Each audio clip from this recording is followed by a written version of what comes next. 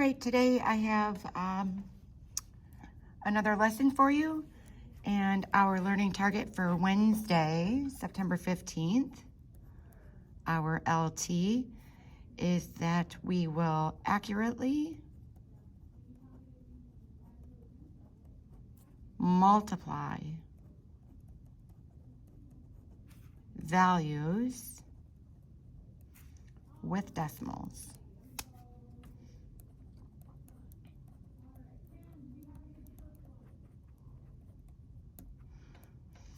And I have to warn you that when you're multiplying values with decimals, it is very easy to make a mistake. So we have to be super careful. That includes me. I find if I rush or if I go too quickly or am not really focused, I easily make a mistake.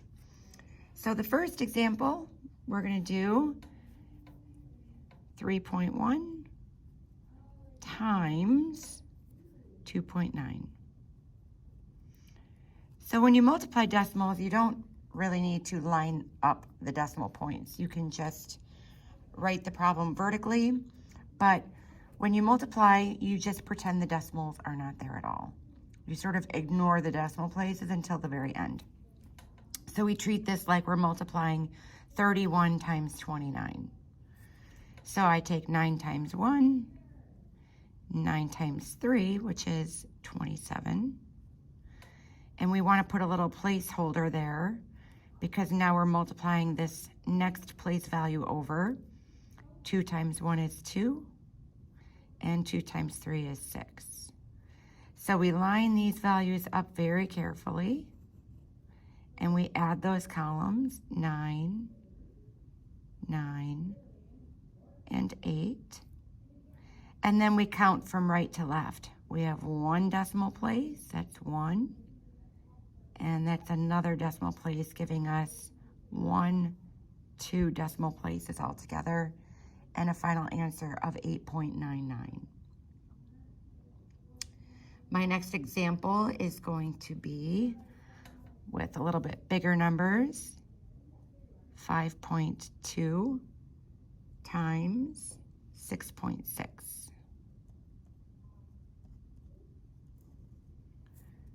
So I'm going to do the same exact thing. I'm going to pretend that I'm multiplying 52 times 66. So 6 times 2 is 12. 6 times 5 is 30. I need to add that 1, that's 31. And then I'm going to go to the next place value, so I put a little place value holder here. And I'm going to do 6 times 2, which is 12. I already have a 1 there. And 6 times 5 is 30 plus 1, that's 31. Add my columns up, 2 plus 0, 1 plus 2, 3 plus 1, and then a 3. And I have 1, 2 decimal places.